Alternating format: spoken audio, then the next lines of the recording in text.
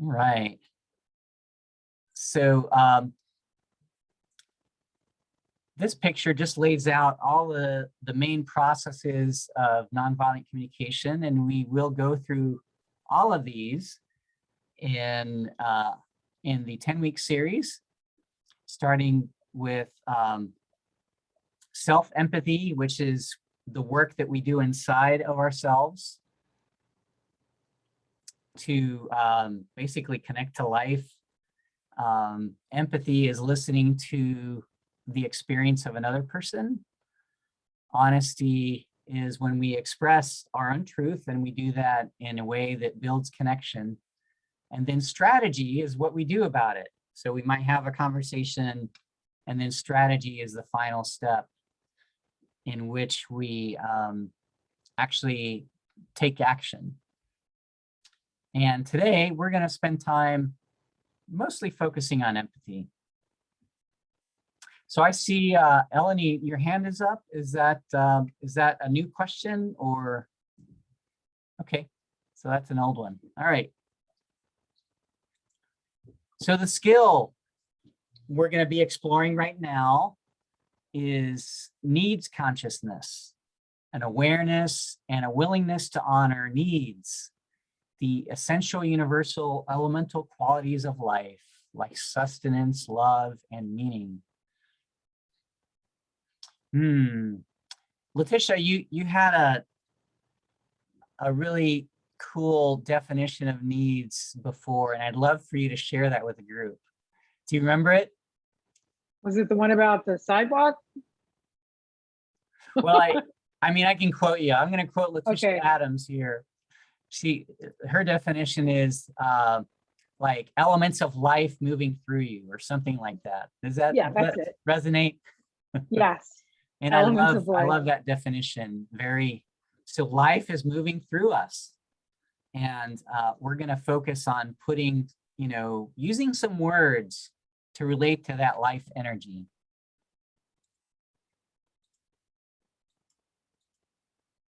And now we're going to explore as a group what we do for fun. So we're going to start, I'm going to make a list of like 3 or 4 things from the group. And these are things that you actually do for fun. So we get to know each other in a way through our strategies. And then we're going to look at what needs are being met by these different strategies. So we'll do that as a group here. And I only want like 3 or 4 strategies of what do you do for fun? And the floor is open to hear about what you do for fun, and I'll write these down. So anyone go ahead and speak up. Gardening. Gardening. All right, so gardening. Hiking. And hiking. All right, 2 more.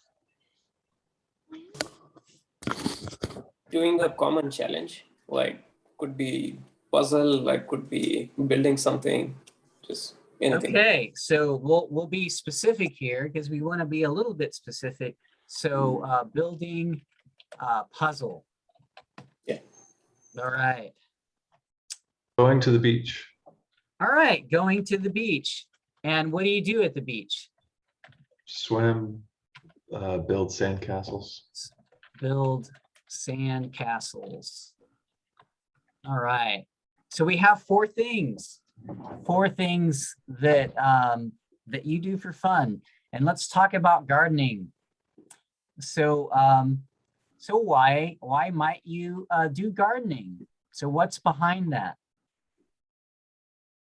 What's the why behind gardening? Ease and relaxation. Yeah, so relaxation, and maybe also called regeneration, and maybe it meets needs for inner peace. What else? What's another reason why you might Could be connecting with nature. Yeah, connection. I also Creativity. sorry.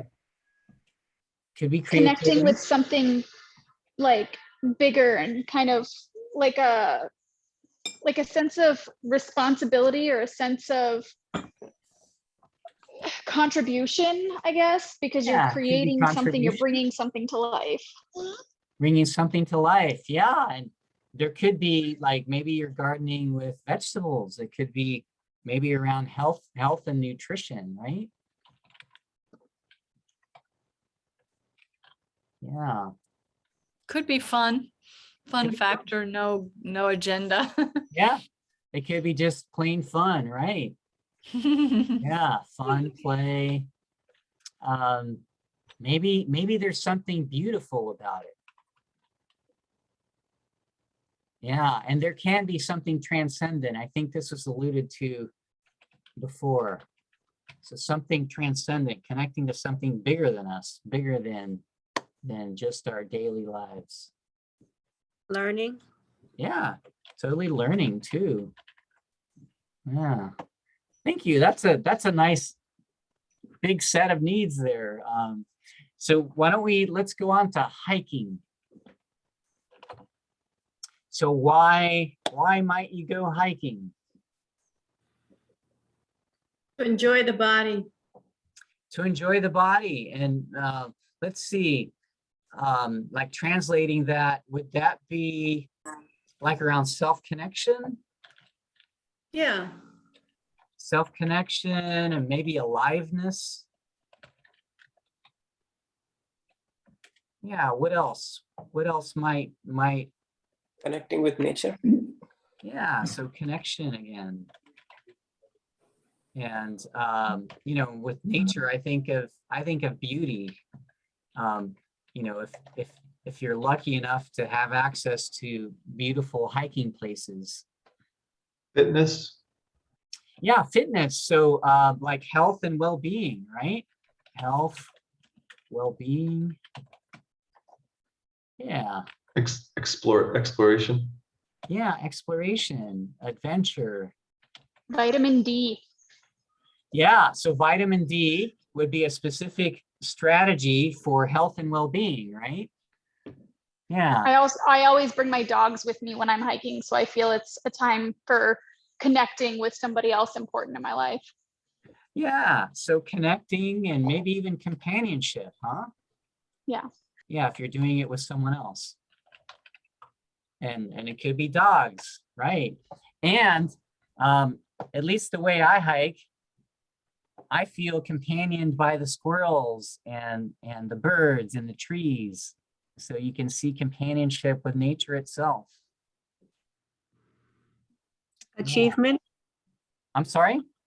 Achievement. Achievement, yeah, maybe like celebrating skill. So it could be like celebration of skill and fitness. Yeah. I would say a mental break and a break for the eyes when our digital world, where a lot of us are on computers all the time. Yeah. This is just a fresh air, like look at something different. Yeah, so rest. So resting your eyes, novelty. Maybe even variety. Yeah, novelty, variety. Yeah, novelty, something new. Mhm. Novelty, and what was the other part that you said? Variety. Oh, sorry, that was Ensa. Yeah, novelty, rest, and there was one other thing that I mentioned mental break, like just giving your mind something else. Regeneration. Yeah, regenerating the mind. Totally awesome. I love this list. All right, what about building a puzzle? Why might you build a puzzle? Challenge. I'm sorry, I didn't hear that. The challenge. A challenge. So it's a challenge. Maybe learning. Yeah. It's fun. I do them Fun. every day. Intellectual stimulation. Yeah, stimulation. Totally. Companionship. Yeah, could be companionship. Can be somewhat meditative. Yeah. So meditative. So meditation would be a strategy, and maybe the need behind that is self-connection. Does that resonate? Could be inner peace.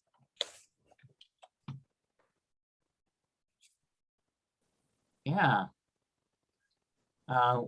What else? I feel like it's really satisfying when everything fits together.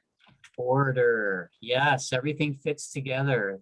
There's structure to it. Huh? There's some achievement there. Like my daughter really loves the puzzle, you know, like to get to the end and say, I did it. Yeah, I did it. To be seen. Yes, I did it. To be seen and celebrated. Oh my God, I love it. Yes, I love being seen and celebrated. Creative. Yeah, creativity too.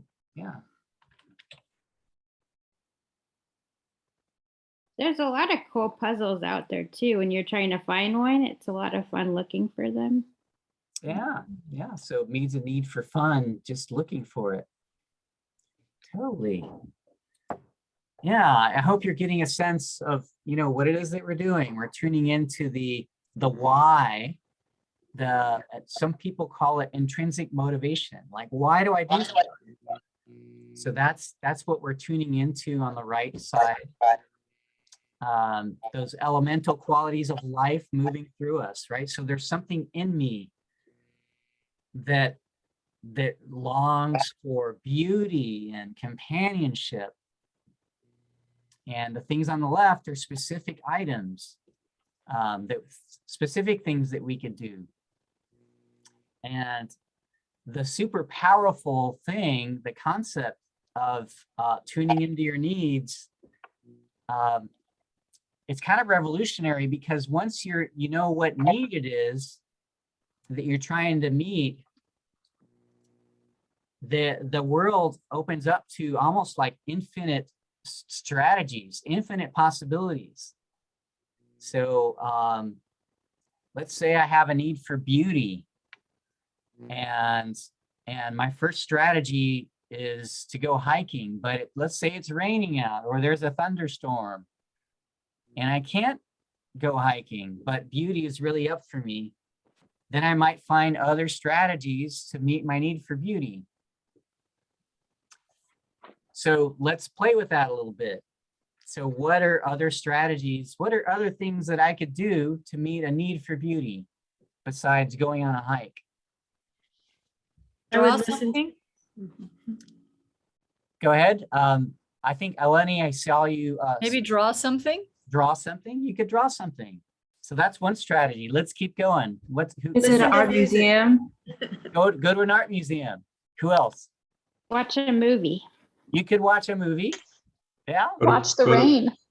You could watch the rain. Oh, I love that. I really miss my thunderstorms. You can go on a trip. You could go on a trip. Yeah. Listen to music.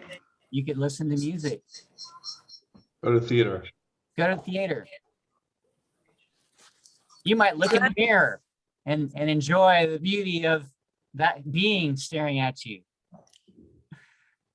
Go for the hike. You could go for a hike. Well, you could go for the hike in the rain. Yes, Get some rain gear, and I've done that. You know, put on your little rain gear or take the umbrella and go for the hike anyway. So look at that. So in less than a minute, we came up with 10 strategies.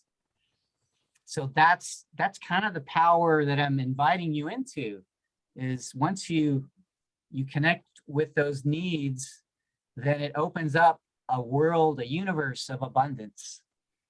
And much of the conflict in the world is when we confuse needs and strategies. So we think that strategy is that our survival depends on that hike, or, and sometimes we get this narrow vision, and we're totally stuck on our preferences, the things that we're comfortable with. And it creates a lot of stress. So I see a hand. Eleni, go ahead. Question. So I was interested that you just said that the conflict is really about strategies, not needs. And if you know, we go through needs. Will people who think that there's only one strategy, you know, that can keep us happy? Let's say some people think we need to be prepared for war to avoid war. So we put a lot of preparation, and then it seems like that's a strategy. Yeah. If we talk with them and discuss needs, would people be open to different strategies when they connect to their needs, or not necessarily? Well, I don't know. I can't speak for other people, but I can speak for myself. And part of the practice of nonviolent communication is basically doing my work internally for me first, because that's where it starts. And if I start to believe that I have control over other people, or then things start to break down, because every person wants to have their own experience. But I could invite people to connect to their needs, and if they're willing to go there, and so empathy can be a strategy for inviting others to connect with their needs, then they might go there, and you know, we might have some connection. But there is no guarantee, because you know, NVC isn't about controlling people and telling them what to do, but it is an invitation to, you know, to connect to life. And yeah, I'm hoping that, does that help? Yeah, Ellen? thank you. Yeah. Yeah, and I have this intuition that Letitia maybe wants to add to that. No, I was just nodding because it's like that's an ultimate stretch goal, I guess, for all of us. But I wanted to go back to earlier when James was quoting me about that life force energy, and I was talking about a sidewalk. For me, this needs thing was a huge, it wasn't just such a revolutionary way to think about things. I realized it was difficult for me to identify my needs, because I had never, I mean, I don't know that I had ever been, you know, taught to do that. And so focusing on the needs, just like he said, it opens things up. And so for me, the visual that I always get is, if you live in an urban area, you may be familiar, or if you live in the suburbs or something, how no matter what happens with the grass, no matter how many times you mow the lawn, or how many times, you know, people go and they try to control the foliage, it will always start to make its way through the sidewalk. You know, whether it's weeds or grass or whatever, nature will always begin to weed its way around our man-made structures. And when I think about that, it's just life. There's no agenda, it's just life. That's the force of life. And when I think about needs that way, it just sort of opened things up for me, because if I have a need for solitude, that's just how life moves through me. It's not something I have to judge. And if someone else has a need for, you know, something else, I don't have to judge that, but I can understand that it's a life force that's moving through them. Does that make sense? Love it. Thank you very much. Yeah, thank you, Letitia, and thanks, Eleni, for the question. It does keep things interesting when there's you know, kind of question answer directed at the topic. So we're definitely open to that. Keeps it more alive for me. That's my needs for aliveness. And Samir, I see your hand up. Yeah, I think that was quite interesting what Letitia said.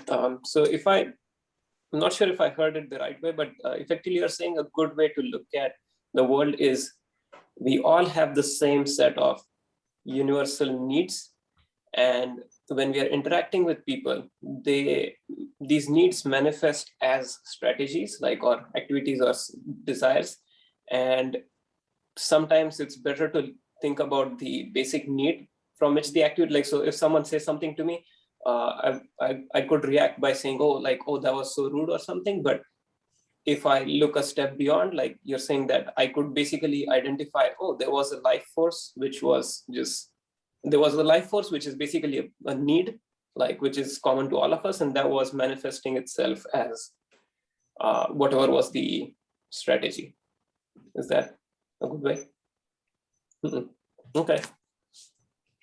Thank you, Samir. I love how you describe that, and I love the the richness and diversity of using different words to talk about the same energy. It's sort of like the words are strategies that they're pointing to something energetically that we all can agree on. And it's one of the reasons I really love partnering with Letitia is like, yeah, there's richness and diversity of even the words that we use to talk about concepts. So super grateful for that. And let's see, I'm trying to figure out. So maybe we look at some definitions, like, and hoping to stir the pot a little bit,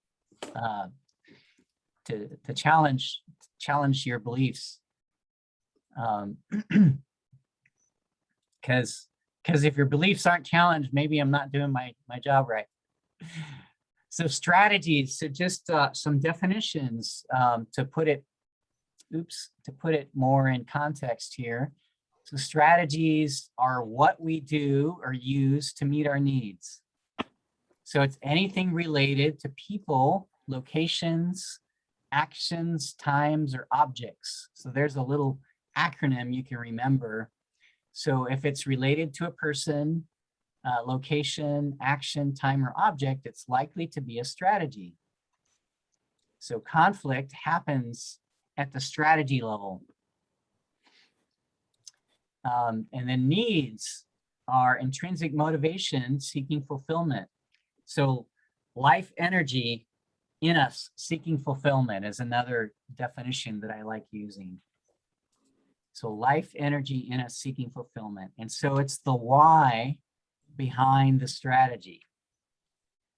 And like Samir was saying, needs are universal. So everyone can relate them at some time or another. And here's the mind-blowing thing. There's no conflict in needs. So if you look at needs, which are independent of Plato, independent of a person, location, action, time, or object, there is no conflict in needs. I know. So that's the point at which, some beliefs, hopefully your mind is blown at least a little bit, because that is one of the powers of nonviolent communication, is we learn to see the intrinsic motivations as being a life energy within each person, right? Inside you seeking fulfillment that's independent of how we meet the need. And that's one of the essential skills that we're working at developing, is so that we can see these needs within ourselves. It helps us to take responsibility for our feelings. So now that I have needs and I realize, hey, maybe I have a need that's not being met, then I don't have to blame the strategies around me, right? I don't blame other people. So if I have a need for companionship and connection that isn't being met, I can own it. It's like, wow, I'm feeling a little sad or disappointed or something. But I'm owning my experience. And I don't have to blame the other people or the room or the time of day. And I can take responsibility for that. So there is no conflict. I'll say it, maybe I can stir the pot a little bit. There is no conflict in needs. How am I doing, Letitia? Do you want to stir it up some more? There is no conflict in needs. Go ahead.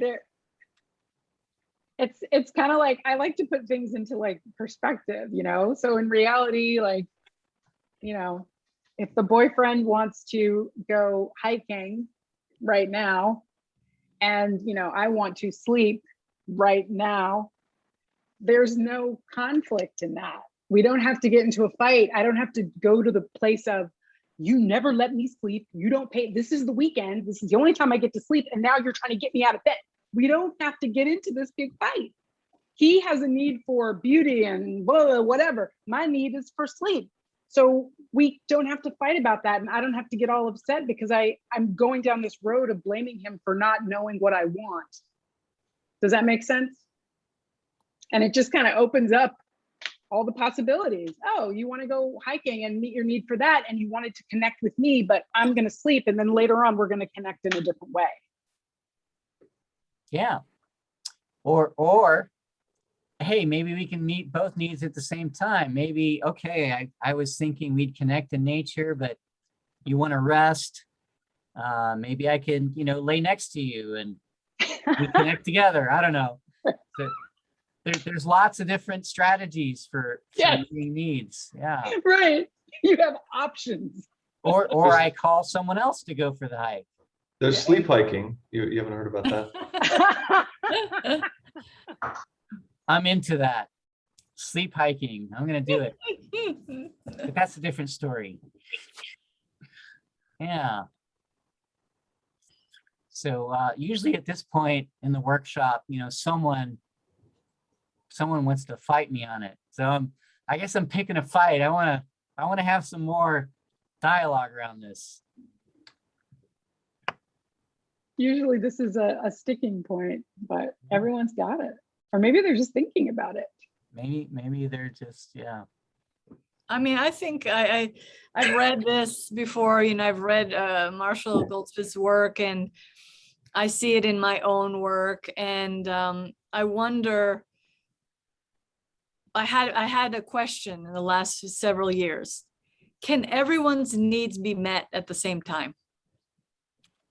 So, people come to a meeting for a reason, and they come with their strategies. They don't come with their needs, right? They're aware of, what do I think we should do? They're not aware of, why are we doing it? What do we need to do? That's forgotten somehow. And if you start saying, okay, why are we doing this? Like, what's the goal of what we're doing this? Could people say, well, I have a need for, certainty. I have a need for variety. I have a need for beauty. Can all those needs be met in a group? It's a great question. Yeah.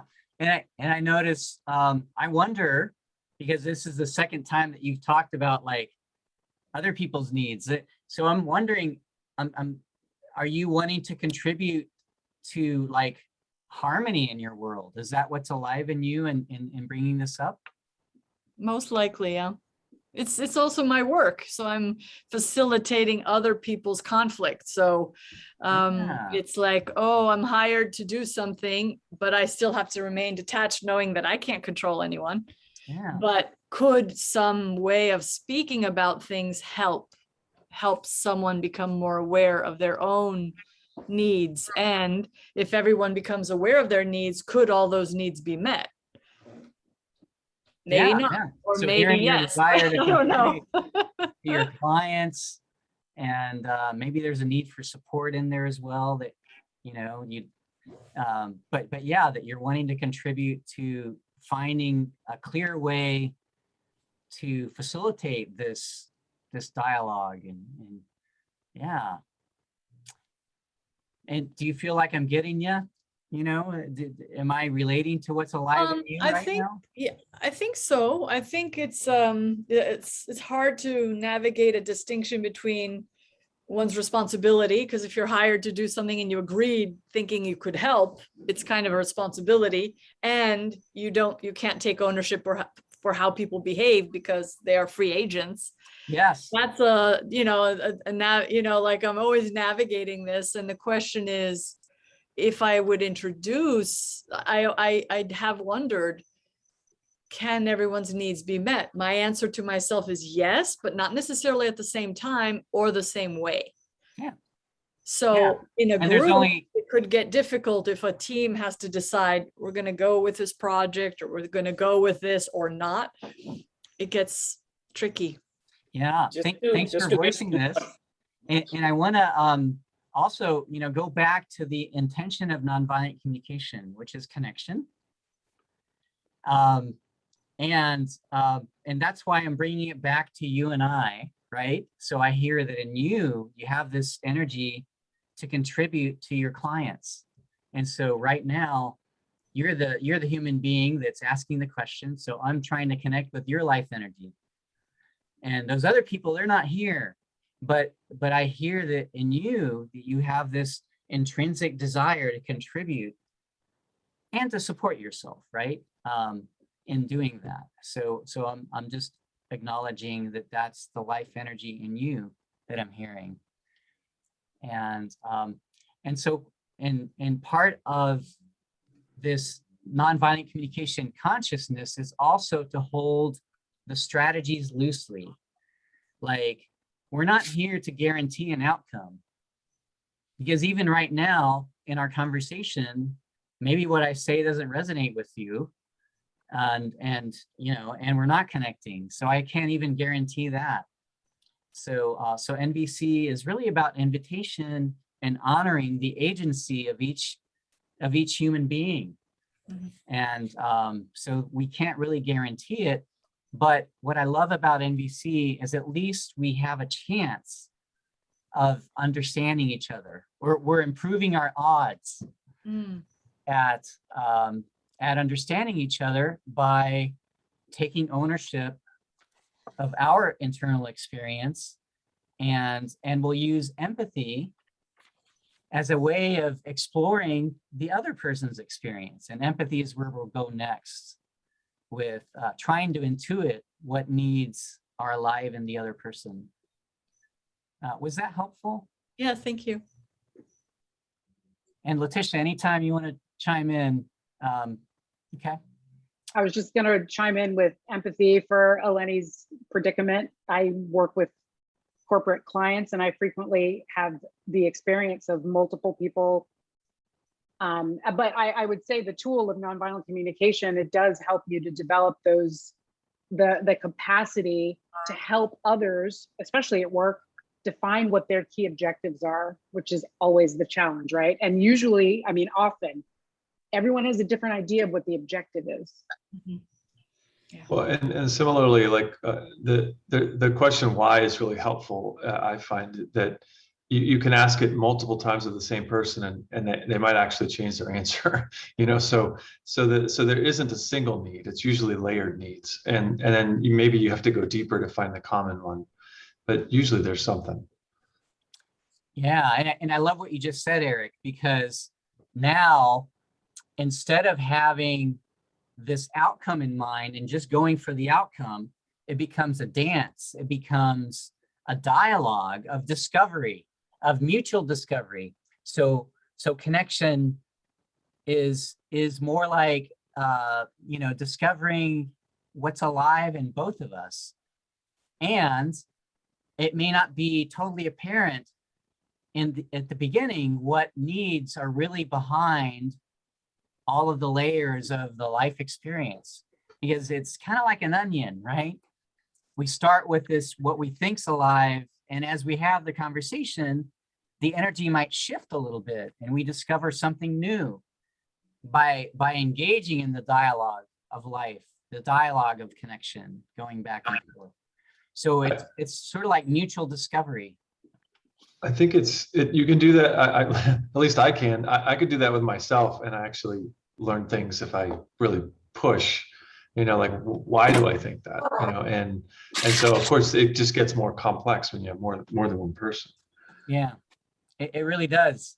It does grow like exponentially with groups, and so yeah. So having common training helps.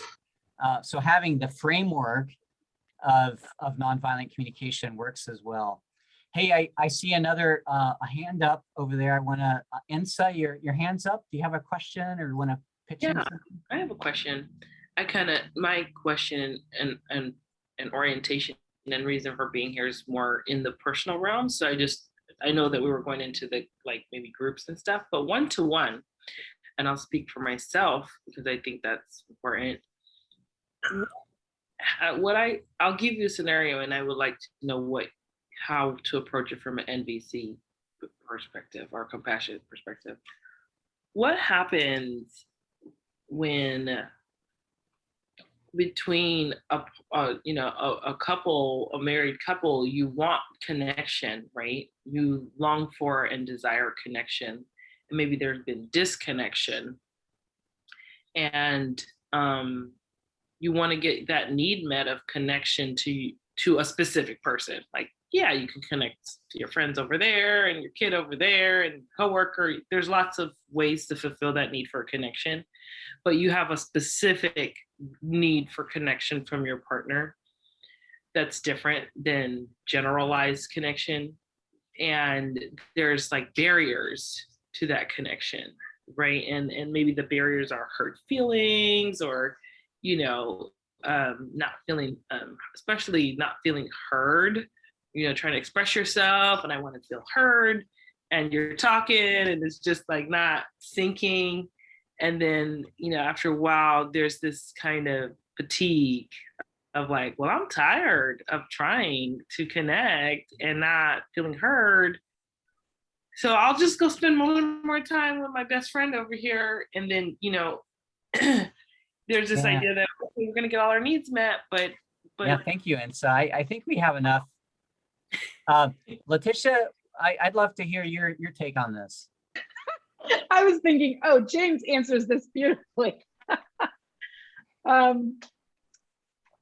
The thing is, I think what James might say is that, you know, needs, and that's why this is so important to understand your needs, because a person, even if it is your spouse, is still a strategy.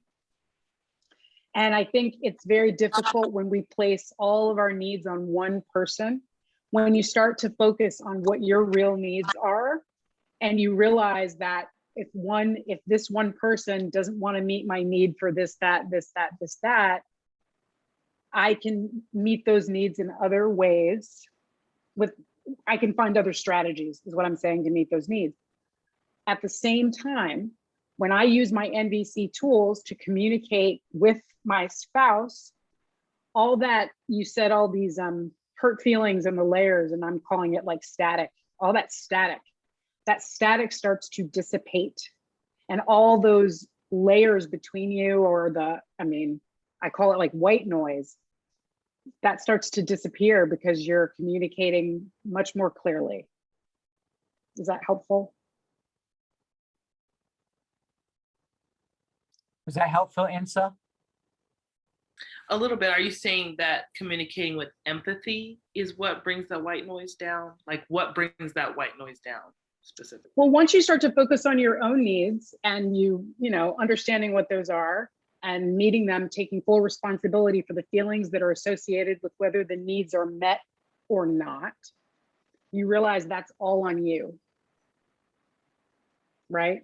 So a lot, if I'm saying this accurately, so I feel that that's what starts to break away the distance between people. I found in my own relationships after learning NDC, for me, it's been like a year that I've been practicing this. And all of those little like judgments and background, and you did this to me 8 years ago, and I'm still mad about that thing that happened. When I start to connect to my own needs and I'm looking at the other person and connecting with their needs, all that stuff starts to fall away. I can take responsibility. I don't have to keep going back to the past or being annoyed because you don't know what I'm thinking all the time. Does this make sense? And so that's what can make a deeper connection possible. Yeah, and thank you, Letitia. And I loved your answer. And part of the question wants to get to a solution, like how do I fix this relationship? And what I find about NVC, it's more of a practice. So you do the practice and you start to get the benefits. So I'm going to suggest that we move on because we can get a little practice in so that you can take some tools with you, even from today, simple tools to connect to your own needs and maybe get curious about the needs of another person. I had a quick comment. Can I make one? Sure. I was just thinking hearing this story, it seems to me that here the connection with the partner, even though that's a universal need, is generally what we're talking, like connection with other people. It seems to me in this particular scenario, it might be a strategy right now. And there is some other more universal need like behind, like, so the idea is we want to be connected to the spouse or partner, but that's not the unmet sort of need. There is something else which is maybe more, and like trying to find that out, like, or just probing in a little more. That was Yeah. something I just felt like listening to this. Yeah, you're onto something. So it's kind of a paradox. Mhm. And you're not going to figure it out right now, just intellectually. Yeah, I love the invitation that Samir just brought out is, hey, let's bring some curiosity into this. Instead of thinking we have it all figured out, let's be curious.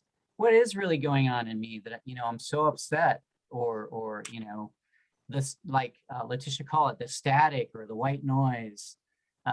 Get curious about it, and connect to yourself first. And then once you get to this place of identifying the beauty of that life energy in you, seeking fulfillment, then magic starts to happen. I'll call it magic because I have nothing else to call it. I don't understand it, but when I'm connected to my own needs, the universe starts to open up. It's like clouds parting and the sun comes out, and you have clarity that wasn't there before. So a natural curiosity and compassion opens up when you connect to your own needs. And from that natural compassion and curiosity, you can start to get curious about the other person. And so that's kind of how it happens. So it's a journey that you take, and we can't solve it just by thinking about it, by trying to figure out the puzzle in our heads. Let's do a little practice. So I'm going to go ahead and move on. Let's move on to some practice.